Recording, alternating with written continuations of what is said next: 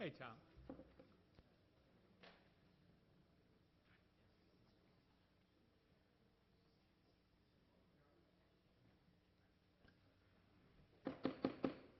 Why don't we call this a work session to order? I think the first order of business is we do have the proposed director for Department of Planning, proposed chief for the fire department, the proposed acting director for budget and finance, and the proposed director for Department of Environmental Protection and Sustainability, four of which we have recently sat down with and interviewed and talked with. But while they're here, do any of the council members have any public questions for the four proposed, whether acting or permanent directors? Are there any questions or comments for the four we just interviewed? Everybody good? Yeah, I'm good. I just want to thank them for their time and giving us their time for the interview process. Okay. Hey, Councilman? Are we going to have them come up on it so they can some public? I'm happy to, if the council wants to do that. I wanted to kind of... All right. Is Councilman Patoka here? Well, I was going to address one of the candidates, so I'll wait until the time in which the candidate comes up. All right, well, why don't we do it briefly then, as long as the council's okay with it. We'll first call up the proposed director for Department of Planning, Mr. Peter Gutwald. And it's good to see you once again. If you want to come on up and maybe just very briefly introduce yourself and a real brief background, minute, 2 minute, open up for any questions or comments from the council, and then we'll just move right along. Sure. Floor is yours. Thank you. Thank you. Pete Gutwald, Director of Planning. I have over 30-plus years of experience, starting out as a school facility planner in Anne Arundel County, then going to Harford County, rising through the ranks in various roles and positions, till finally being Director of Planning for Harford County for over 9 years. And for the past 4.5 years, I've been the Director of Planning for the City of Annapolis. I have a wide range of experience from transportation and traffic engineering to environmental planning, land use planning, and a number of comprehensive plans. Been through a number of comprehensive zoning review process countywide in Harford County. I chaired the Baltimore Regional Transportation Board for a couple of years and represented the county executive on the Baltimore Regional Transportation Board while with Harford County. And I also spent 9 years on the Critical Area Commission, appointed by 2 different governors, serving at the capacity at the end as a program chair committee, co-chair. So, Great. thank you. Thank you. Thank you. Councilman Patoka? Thank you, Mr. Gutwald, and I just want to share publicly with you what I've shared privately, and that is that, in my belief, the most important thing for a planning director is to be relevant and to be a key advisor to the county executive, to be the key advisor to the county executive, especially since the role is to develop a master plan for the county. And while it's used as a guide, I think it needs to be stronger than that. And it will be as strong as the planning director is relevant.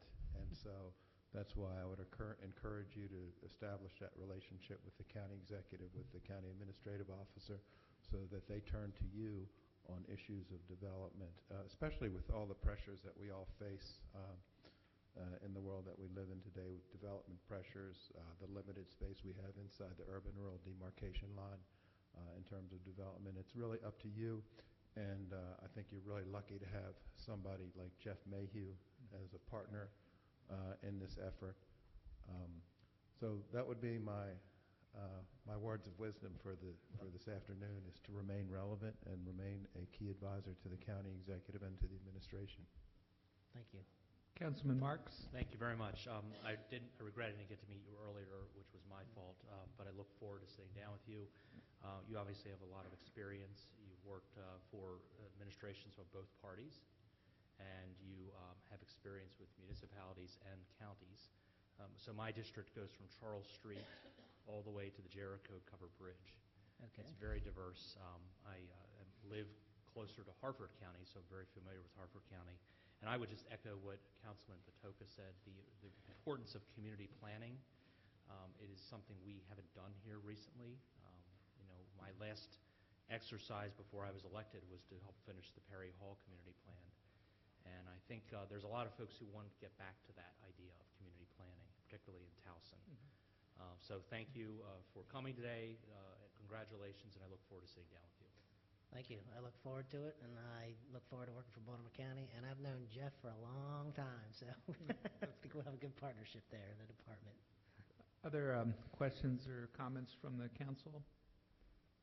I mean, I know you and Councilman Marks and Patoka have a lot of common shared issues that you've all been working on, and as we talked about earlier, just the biking and pedestrian, we've really got a lot of lip service in the past, and so it'd be nice to see the Bicycle and Pedestrian Advisory Committee's recommendations really mean a lot more than just words on paper. And of course, I think the vision and some of the conversations that we've already had are encouraging, and I look forward to working together. Great. Anybody else? Council members, everybody good? Nice and easy. Thanks. Thanks so much. Thank you. Appreciate it. All right, now we could call up the proposed chief for the fire department, Ms. Joanne Rund.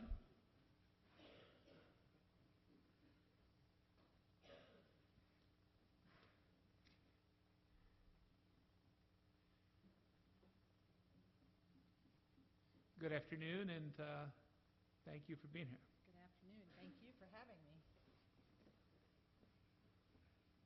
I am Joanne Rund. I have 32 years in the fire service. I went up through the ranks in Howard County, Maryland, all the way from a firefighter to an assistant chief of health and safety.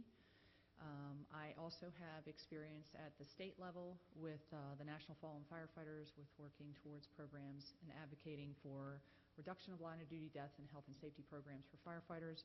In addition to that, I also have a national position with the Safety, Health, and Survival section of the International Association of Fire Chiefs, again, to reduce line of duty deaths and the impact of cancer and behavioral health and such with firefighters. I have worked with the operations division, the training division, pretty much all of the divisions in the fire service at some point in time, in addition to the fire chief's office. So I come with a diverse background with regards to the fire service, and although Howard County is a smaller county and Baltimore County is much larger, I'm looking forward to the challenge and working with that. I've also worked mutual aid with Baltimore County, and firefighters are great to work with, so I'm looking very forward to working with them. Any questions or comments from the council? Just the same, that I look forward to sitting down with you. Thank you. Yep. It's a pleasure. Councilman Jones? Yes, I too would just like to welcome you Thank you. and look forward to working with you again. Thank you. Yes. Sure. Yes, Any, sir. Anyone else? Council? Enjoyed our conversation earlier, and Thank you. I as well. And I look forward to looking into all those items that you brought to my attention. thank you. Thank you. We appreciate it. We'll be talking soon. Yes. Thanks so much. Thank you so much. All right, now next, if I could call up for acting director for Office of Budget and Finance, Mr. Blades, Mr. Edward Blades, Chief Number Cruncher, coming up. And good afternoon to somebody we all know very well. It's good to see you, Ed. Thank you. My name is Edward Blades. I am currently the Deputy Director of Budget and Finance. I've been with Baltimore County for 26 years. 23 of those years in the budget office under Mr. Dorsey, and working my way up from a Budget Analyst 1 to current Deputy Director, and then looking forward to, not necessarily looking forward, Keith, but assuming the role of Mr. Dorsey when he leaves in the next week or so. So, and Keith, this is your last work session, isn't it? So, congratulations. Wow. Well, you have him on speed dial, I assume, right? Of course. And, Mr. Dorsey will answer these phone calls even in retirement. He's committed to it. Well, Ed, we appreciate your work. I think all the council members know you very well, and really do appreciate your service. Any questions or comments from the council? Councilwoman Bevins? Thank you, Mr. Chair.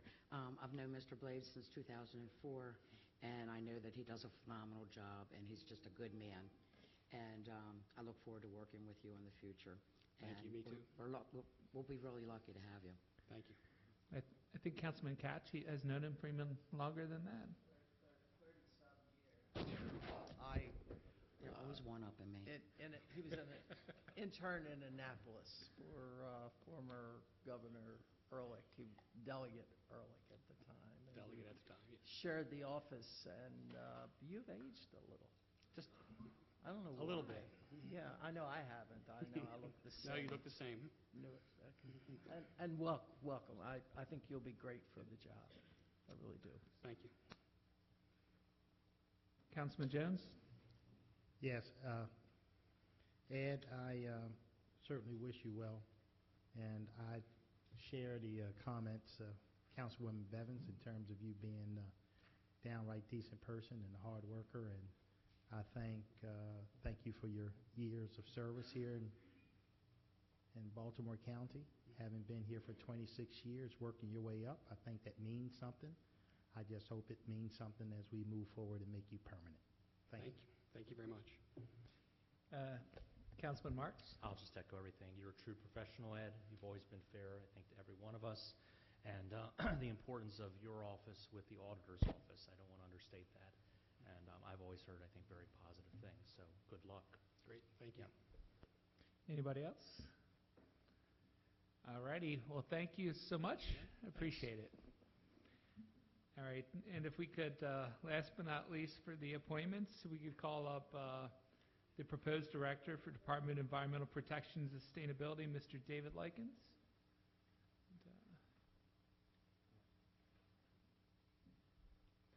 Good afternoon.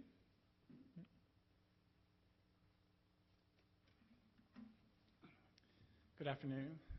David Likens. I'm currently the acting director for the department. You confirmed me in early December of this year. Before that, I was the deputy director since 2014. I've worked for the department since 1987, and that was the year that it was formed. I didn't come originally, but I was there within the first year. So I've been there 32 years. So if that counts, I beat Ed's 24 years. There you go.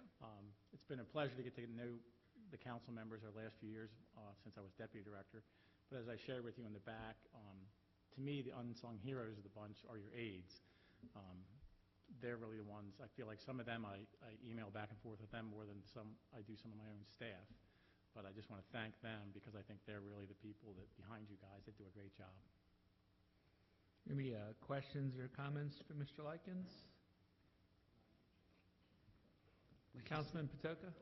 Yes, Mr. Likens, I just want to thank you publicly for addressing what seemed to be an intractable storm drain issue with a resident in Ruxton, actually a planning board member, with a Boyce Avenue development that was impacting Overbrook Road.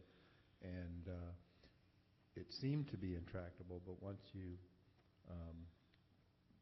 worked on it and dug down beneath the surface, figuratively and literally, you were able to resolve it to a level of satisfaction to our community in Ruxton. So thank you. You're welcome. Any other questions? Councilwoman? Thank you, Mr. Chair. I'd just like to say it's been a pleasure working with you. I already knew you were doing the heavy lifting over there, and I look forward to working with you. Thank you very much. Thanks, Mr. Chair. Mr. Likens, just want to reiterate what was said in our interview. Appreciate working with you, appreciate your responsiveness, and I do also appreciate the fact that you took the time out not only back in the library, but publicly to thank our aides, which who are people that truly care about our constituents, and without the agency's help, we wouldn't be able to serve those constituents as well as we want to. So thank you. You're welcome. Any other questions or comments? All righty. Well, thank you so much. Thank you. Appreciate it. All right. So the council could turn to page 13, I'd like to call on Mr. Keith Dorsey, even though this is his last work session.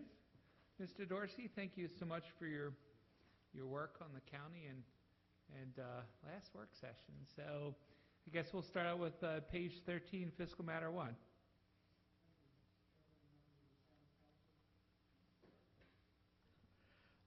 The administration is requesting approval of a contract with Korn Ferry for actuarial services for our employee retirement system.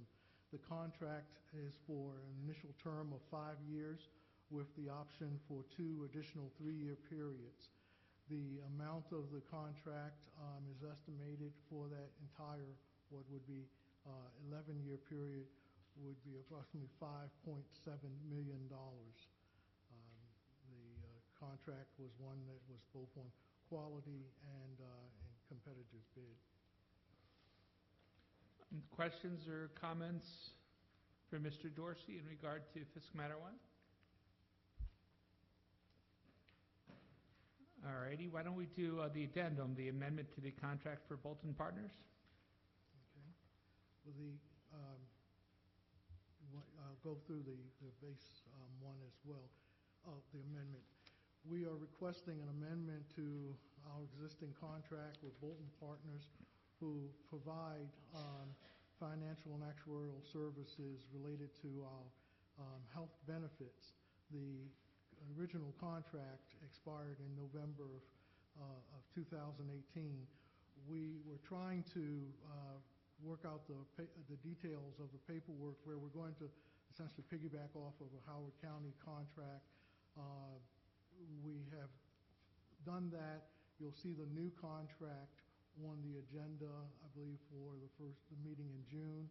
But in terms of getting the extension for that 7-month period to cover that is what we're requesting here. In doing so, the amount of compensation would increase by $120,000, bringing the total compensation to $516,345. Any questions or comments for Mr. Dorsey? Mr. Dorsey, you will be at the legislative night too, or is? I plan to be, yes, sir. And that's your last official meeting of the legislative then? Well, actually, I anticipate I'll be here on that Wednesday, the 8th, where there are hearings for the Office of Budget. And Okay. so I expect I'll be there at that time as well. On the 8th as well? Yes. Okay, great. Mr. Chairman. Councilman? With the Bolton Corporation, will you, I guess I should ask Ed this, but as they report to the county, I hope that your office will inform the council if there's any changes in the fiscal projections from Bolton, because I know many of us were shocked and caught by surprise when we saw the current condition of this fund. And I just, this is information that we need to know. I don't know, did the audit office know about, did you all get the reports of the Bolton? If you're referring to the underfunding. Underfunding, exactly right. That's been multi-year in terms of that, and the auditors did report out in your approval of the FY19 budget that there was zero appropriation toward OPEB. Did we, though, know of the fiscal condition then about the in essence, the level of funding? I mean, I believe... I think, what is it, 14%, something? Well, I believe that in the FY16 budget, or 15, we had reached full funding, and we were pointing out at that time, and the auditors was pointing out, that the ongoing annual cost was roughly $100 million. So the fact that if you have $100 million and you appropriate zero, there should be the understanding that that was being underfunded. Did we know the 14% level of funding at last year? Say that again. Okay. Thank you. Any other questions or comments for Mr. Dorsey? Okie dokie. Let's see, why don't we go to page 1, Bill 11-19. We'll call up our Director, Department of Economic and Workforce Development, good Catonsville citizen, Mr. Will Anderson. Page 1.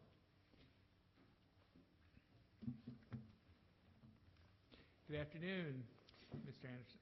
Good afternoon, Mr. Chairman. You never fail to miss the 21228. That's right, that's right. Thank you, members of the council.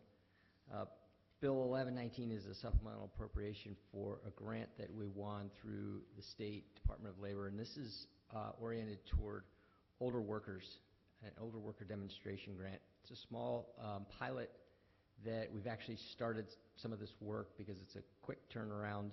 So our appropriation is asking for it to go back to March 1st.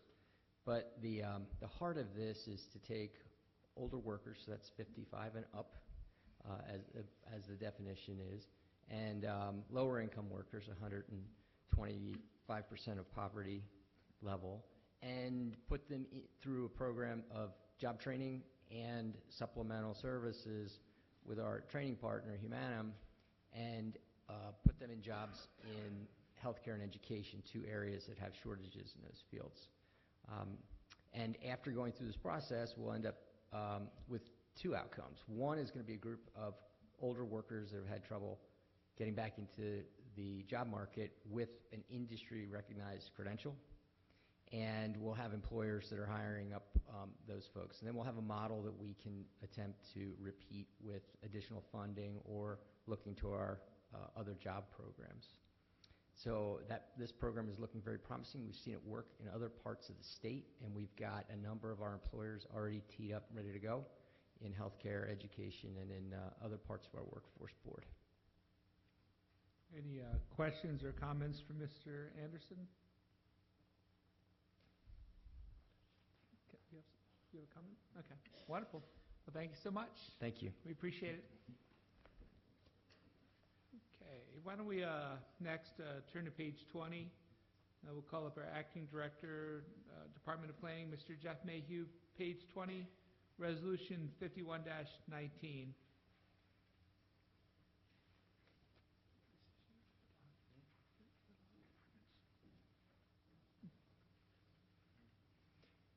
Good afternoon, Mr. Mayhew. Good afternoon, Chairman and members of the council.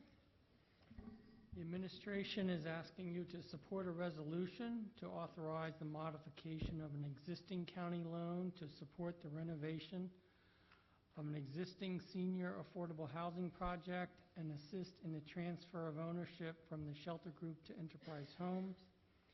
The project is located at 2020 Featherbed Lane in Woodlawn and was built in 1999. The building consists of 101 units serving seniors.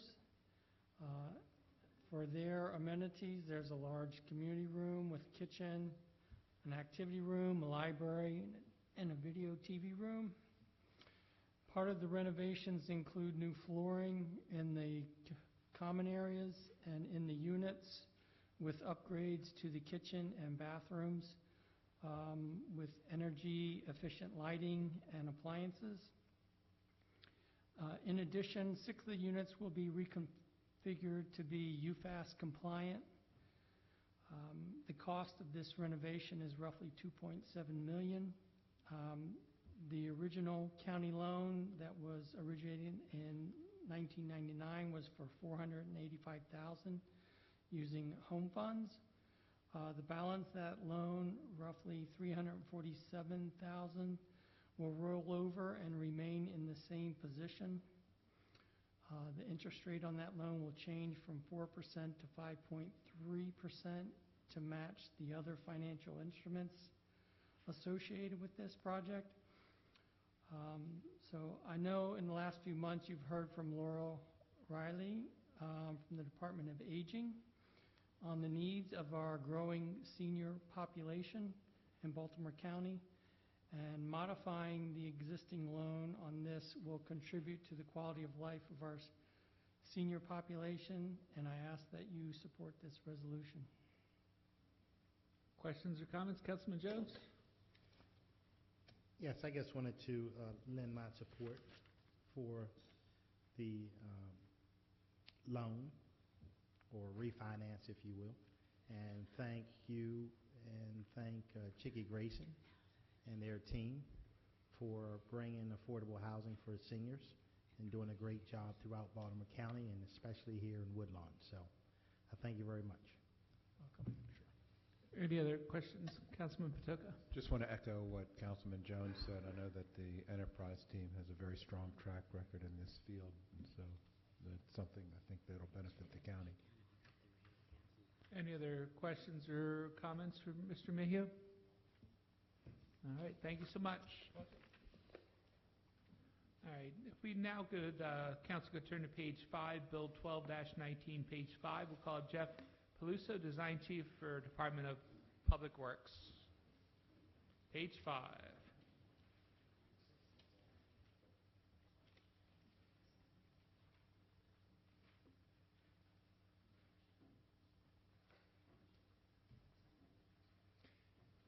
Good afternoon, Mr. Peluso. Good afternoon, Council Chair, other council members. As you know, Dave Thomas took care of this for many, many years, and he's retiring in a few weeks. I didn't know that. Or maybe you did know that. So be easy on me. I went to him this morning and I asked him, what should I say here? And he goes, well, just read the physical note. And I was like, well, that's easy enough. So anyway, here it goes. I'll ad-lib a few things. So this is Bill 12-19, 2019 Basic Services Map. Article 4A of the Baltimore County zoning regulations sets out the provisions for growth management in Baltimore County. The growth management provisions are designed to facilitate implementation of the master plan with the specific regard to the quantity and timing of new growth and development. Article 4A provides for basic services maps.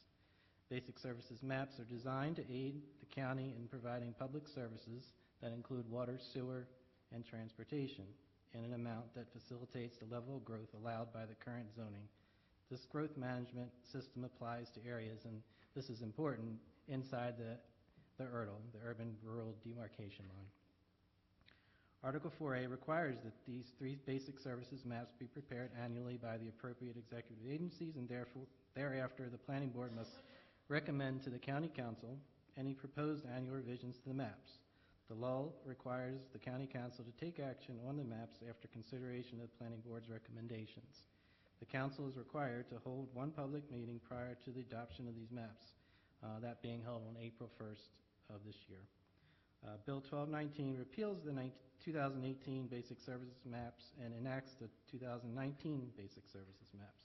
And I believe you have the summary of the changes that the planning board proposed on February 25th. With the affirmative vote of 5 members of the county council, Bill 12-19 will take effect May 20th, 2019. Questions or comments for Mr. Peluso? Councilman Marks? Thank you. Thank you, Jeff. You've always done a good job on these issues.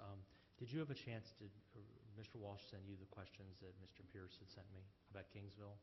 Yes, Okay. I did see them, and we do have a few other folks in the audience here that might answer things better than I. I think mostly are related to traffic engineering, but go ahead and shoot, and if I need someone else, I'll ask. I think he may bring up the same issues, and I'll talk to you about them offline. So, thank you. Other questions or comments on basic services? Everybody good? I know we have 1 public speaker, but thank you, Jeff. We Thank you. appreciate it. And then we'll call up Mr. Mike Pierce, who's our speaker on this issue for up to 3 minutes. And Mr. Pierce is, of course, somebody we all know pretty well. And it has been a little while, Mr. Pierce. So. Where, you get a job, Mr. Pierce? This is my job. Councilman Jones. Well, good afternoon. Thank you so much for being here. I'm prompted to come and speak on this subject every time I see the traffic back up in front of my house, usually sometimes up half a mile back behind an intersection, which the county consistently rates an A. And this is really what's driving me to deal with this. I've left you a detailed letter today, which is a revision of one that Councilman Marks may have shared with you. It shows things a little better. The problem I found, as I suspected in my case, in front of my house, is that we have a four-way stop sign right before the traffic light, and when the people go out there to study it, they don't count the cars that are waiting at the stop sign. They only count those that have already gotten through the stop sign and waiting for the stop light. Well, there's only about 8 cars that can sit there, so they always get through every cycle, so I can see why they keep coming up with an A. I think this can be fixed relatively easy. As was mentioned before, again, there was comment about inside the URL. Well, obviously, water and sewer only apply inside the URL, but roads go outside the URL. And for some reason, there are never traffic sheds drawn outside the URL. And there are significant areas. In the letter I left you, of course, we have 3 failed intersections up Falls Road. One actually, well, 2 of them are on the boundary of the URL, and one of them is outside the URL, but there's no traffic shed defined north of that for those failed intersections. And I think you realize we've been going through a battle for years about the Castanea development at Chestnut Ridge. That development should have been stopped because of these failed intersections, but that area was never defined as a failed traffic shed for some reason that is beyond me. Of course, maybe the beginnings of all this is the fact that the county code today specifies that the 1965 method be used. It's a national standard, essentially, of how you rate intersections. In 1965. That standard has been updated multiple times since then by National Standards Committee, and the more recent methods are used by many other jurisdictions. I think at a minimum you have to get rid of that reference to 1965 and then encourage Public Works to look at updating the method by which these intersection ratings are done. And that itself may correct some of the problems I'm mentioning. As I've said, I've left you a letter, and I'm always available if you have questions or you want to call me on it for discussion. I'd be pleased to do that. 3 minutes. Tick, tick, tick. Done. Yeah, thank you. If the Department of Public Works could provide a response to what Mr. Pierce queried us on, that would be good. I think Mr. Pierce does raise an excellent point. We've done a pretty good job of restricting development within the URL. But there are areas outside the URL where we have green space that buttress fast-growing counties like Harford County. I mean, Harford County is generating a lot of the traffic that comes into Kingsville and Perry Hall. So as much as we have done our job, I think, in preserving a lot of that green area, fast-growing counties next to the green areas are impacting the traffic sheds. I think that's a relevant point. Thank you, Michael. Thank you so much, Mr. Pierce. Appreciate it. All right, if the council could turn to page 16 and Fiscal Matter 3, Mr. Kevin Reed, Department of Health and Human Services, page 16. Good afternoon, Mr. Reed. Good afternoon, Mr. Chairman and council members. Fiscal Matter 3 is a request to approve a contract amendment with TransDev Services Incorporated to continue to provide non-emergency medical ambulatory transportation. This is for able-bodied sedan rides for eligible Medicaid recipients to medical appointments who have no other means to get there. The contract amendment will extend the contract for 1 additional year from July 1, 2019 through June 30th, 2020 with the option to extend for an additional year. The amendment is necessary to avoid interruption of services as we require additional time to procure new contracts due to changes in state requirements for the program. Specifically that going forward, that the scheduling and screening may be handled by a different vendor than the actual transportation services themselves. Currently, they're handled by the same vendor. We provide services to about 3,200 clients. in 1 year, which is about 193,000 one-way ambulatory trips. Questions or comments for Mr. Reed? Thank you so much. Appreciate it. All right. If we can now turn to page 11, Bill 13-19, Councilman Marks.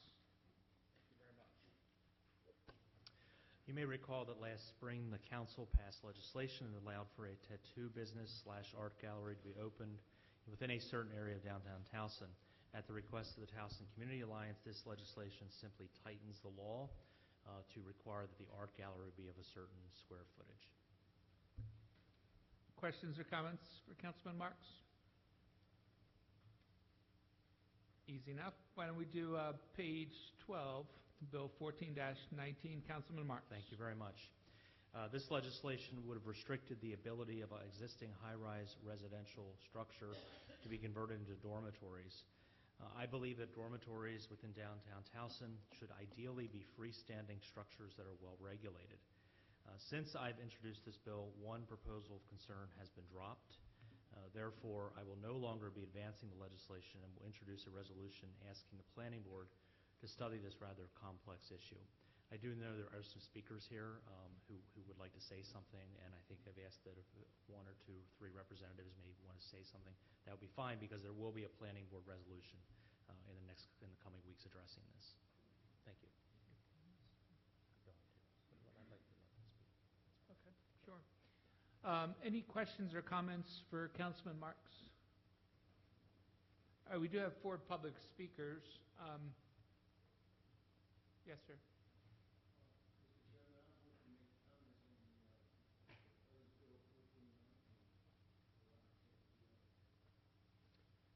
Are you signed up on the speaker list? Yes. Yes. Yeah, we're gonna do all Yes. 4 speakers. No, absolutely. Okay. That's only fair. You came here to speak on it, so. Yeah. All right. So why don't we go into the public speaker session now, and each speaker has up to 3 minutes to speak. We have Lee Barnstein, followed by Elizabeth Poirier, followed by Rosa Close, and then some guy named Bob Latchall Jr. So Ms. Lee Barnstein, if you want to come on up, and you have up to 3 minutes to speak.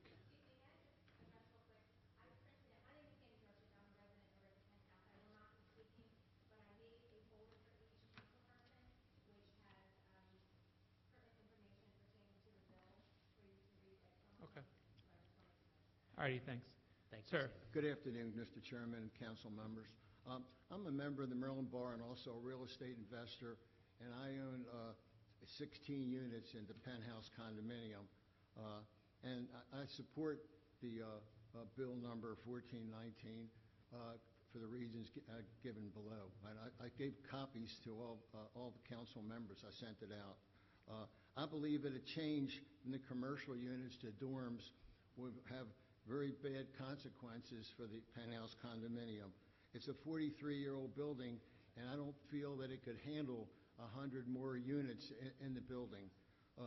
And the building is mainly occupied by homeowners who have been there for many years, and I think the last thing they want to see is having dorms there with rentals every year. Maybe students would move in and out. And when I was in a dorm many years ago, you have your hot plate inside the dorm, you cook there, you have a bathroom out in the hallway, and it's not really conducive to home ownership. It's sort of, it has transient people moving in and out. But basically, if we have dorms in the building, you would have insurance costs escalating because many insurance companies would not want to handle insurance for dorms. Financing of the units would be very difficult to get. With Fannie Mae and Freddie Mac, they would not even lend money if a building is changed over. And I think it'd be much better for Towson to have homeownership in that area because it's a hub of Towson, and to have the building change over to rentals I don't think it would be very good. It would become an eyesore, I think, if more people try to sell their units and have difficulty and have to change it over to rental units.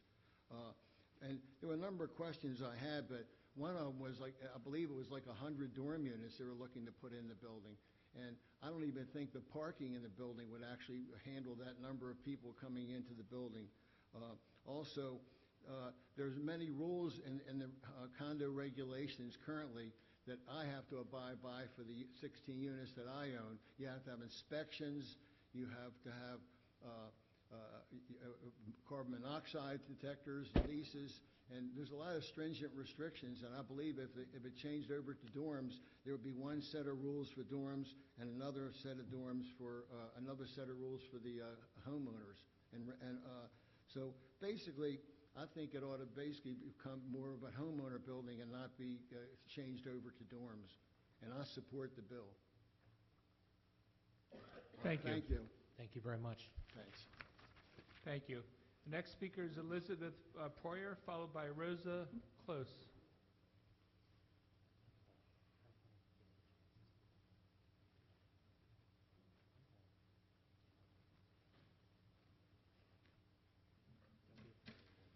And good afternoon, Ms. Poyer. Good afternoon.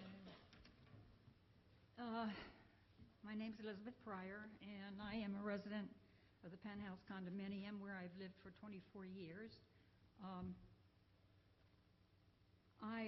May I ask a couple questions about this particular bill that is, I find confusing to begin with? You could have asked him beforehand, but I'll answer. I mean, sure. It does state that, except that a commercial building in existence with more than 6 floors with a mix of residential use and business offices and other commercial units in whole or in part may not be converted from that prior business. Obviously, this tells me you're talking about the Penthouse condominium.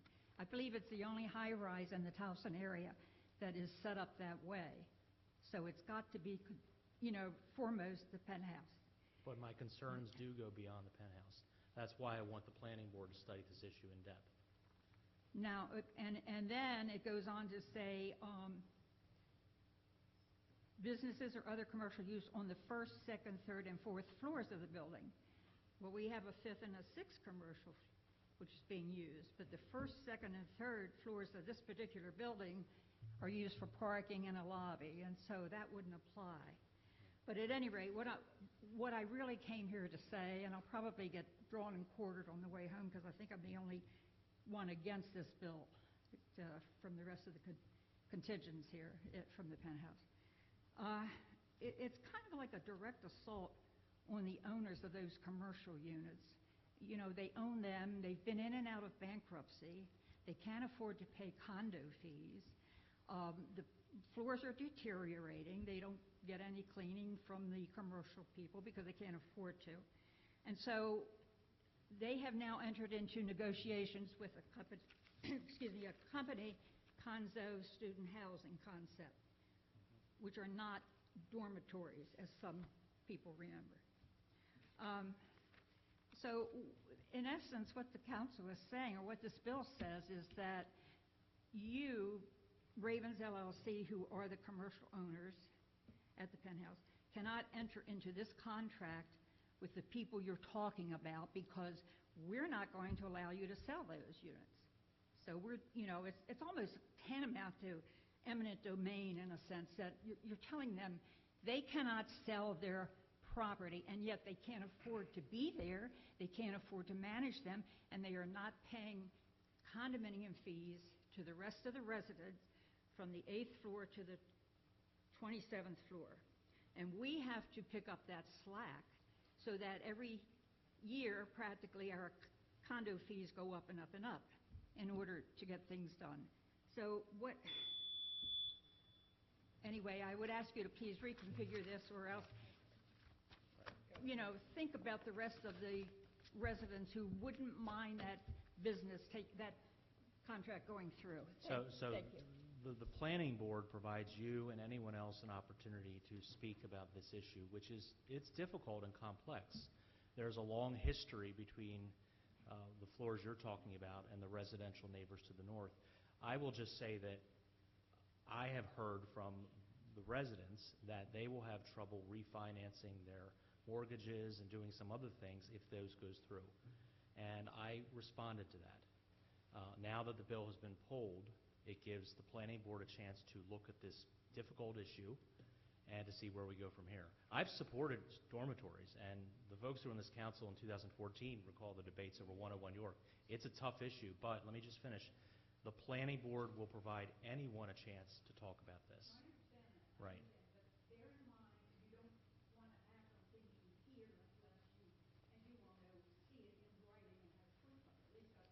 Sure. That, yeah, right.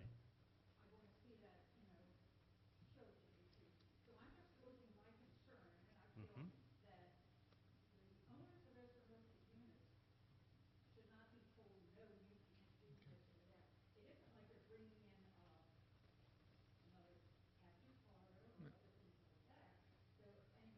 Thank you. Thank you. Our next speaker is Rosa Close, then followed by Mr. Robert Latshaw, Jr. Good afternoon. Thank you for giving me the opportunity. I just want, we have 3 units in the building. We moved there about 3-4 years ago, and the condo fee has gone up, immensely since we moved there, to the extent that we can hardly afford paying for those anymore. If you rent the units that we kept rented, it goes only to pay bills. So what's going to happen if these people take over from the 6th floor below? The master insurance, we have already found out, from $50,000 a year is going to go to $100,000. The financial situation is going to be very difficult to sell because nobody can finance. They have to pay cash. When we moved in, the building was in difficult financial problems, and we had some money. We invested. We paid cash. But now, if we try to sell, we are not going to be able to sell. And if we rent, we're not going to get enough to pay the bills because the condo fee just keep going up. If from $50,000 to $100,000, and then people cannot buy. Who has money to come and pay cash for a condo? And especially with the tax that you have to pay, the condo fee that are very high. We have to sell our units for a lot less than what we paid for because people don't want to buy because the condo fee is too high. You pay $700 or plus for a 2-bedroom condo, and then you pay a high condo fee. You pay parking. Who can afford that? That is not a high luxury building that people, millionaires, are going to be living there. It's just people like me and everybody else, retired people. There are some people that are working, senior citizens that are working several jobs just to pay for the condo fee. This is going to be a tragedy. And then the other thing, too, we need to talk about infrastructure. The elevators, we have 3 elevators that is good for us, for the residents. But if you add something like dorms there, we're going to need 3 more elevators. The building is quite old, and we don't have enough parking. The structure, like the building is 43 years old. We have the pipes that are all old, and so many more different things that are going to come that we haven't even thought about.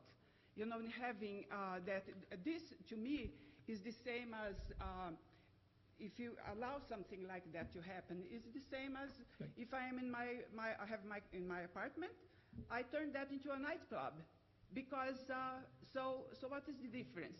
So it would be something similar to that. Maybe not as bad, but it's very similar. And if you could conclude your remarks. Yeah. Okay. Yes. And then the noise. You know, we know what the students, they're not, they don't have to go to work next morning and stuff. So basically, that's what I had to say. Thank you. Okay? No, really, thank you very much. Thank you very much. Appreciate that. And then our final speaker today is Mr. Robert Latshaw Jr. And good evening, sir. Good afternoon.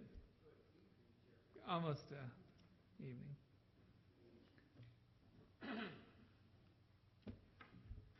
My name is Robert Latshaw Jr. I have emailed you my curriculum vitae to substantiate or verify my knowledge of real estate business. The bill, although it may pertain to other buildings, has to pertain to the penthouse, and that's what I wanted to address. We have done business through the years in the penthouse, and have had difficulty. There's some issues with which you may not be totally familiar. Number one, there are already students renting units on the upper floors.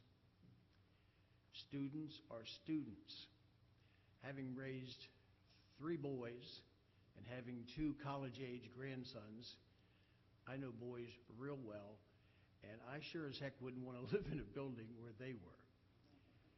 Having 5 or 6 floors, the 7th floor is the main lobby where the receptionist is, of dormitories in a building that has, what did you say, 27 floors, would have a very positive, very negative value on the building. The units in that building right now are very difficult to sell. There are some regulations. For example, one of them just got increased. If there are more than 50% of the units that are rentals, FHA and Fannie Mae will not finance a mortgage. I had a direct understanding. My little brother, younger brother, bought a unit in 1988 and moved out, I think it was 2015 or something. He was unable to get a buyer to get financing. Luckily, he got a cash buyer who bought a unit for their college-age son. So they paid cash, and the young man moved in. I presume he's been a good boy.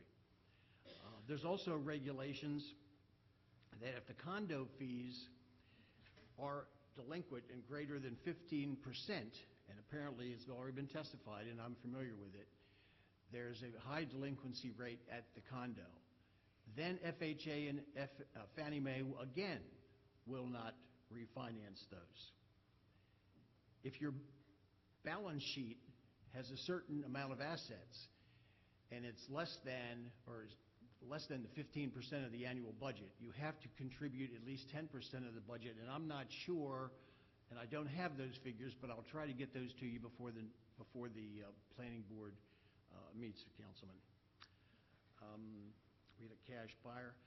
The students that are living in there now, I understand from other residents, and my time's almost up, Mr. Chairman, but I've never said anything in 3 minutes, so I will finish quickly. The students who are in there apparently are not behaving well. It's alleged, I cannot prove it, that the males urinate in the elevators, and they're just totally disgusting. I'm not saying my grandsons would do something like that, but I wouldn't put them past them. Anyways, they have some other issues because they're boys. The bill also, I think, could use some grammatical help. As one of the ladies pointed out, it's a little bit vague, and maybe when we go to the planning department and they rewrite it, that we can make it a little bit more clear. It refers to existing building, which one might infer if a new building is built similar to that it might not apply. Some other issues, but I know Mr. Boswick is a very bright attorney and can certainly handle these grammatical issues. Thank you.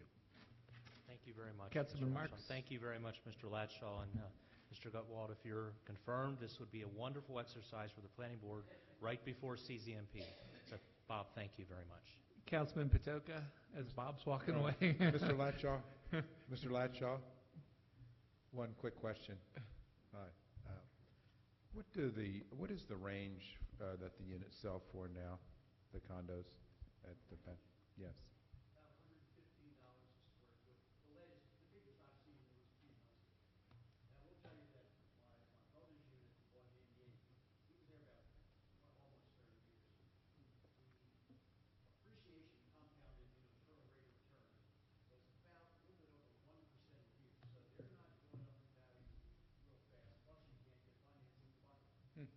But are they 100,000, 200,000, 300,000?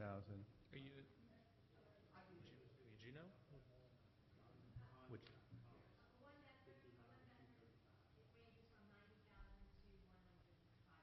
Okay. Thank you. All right. Yes, thank you.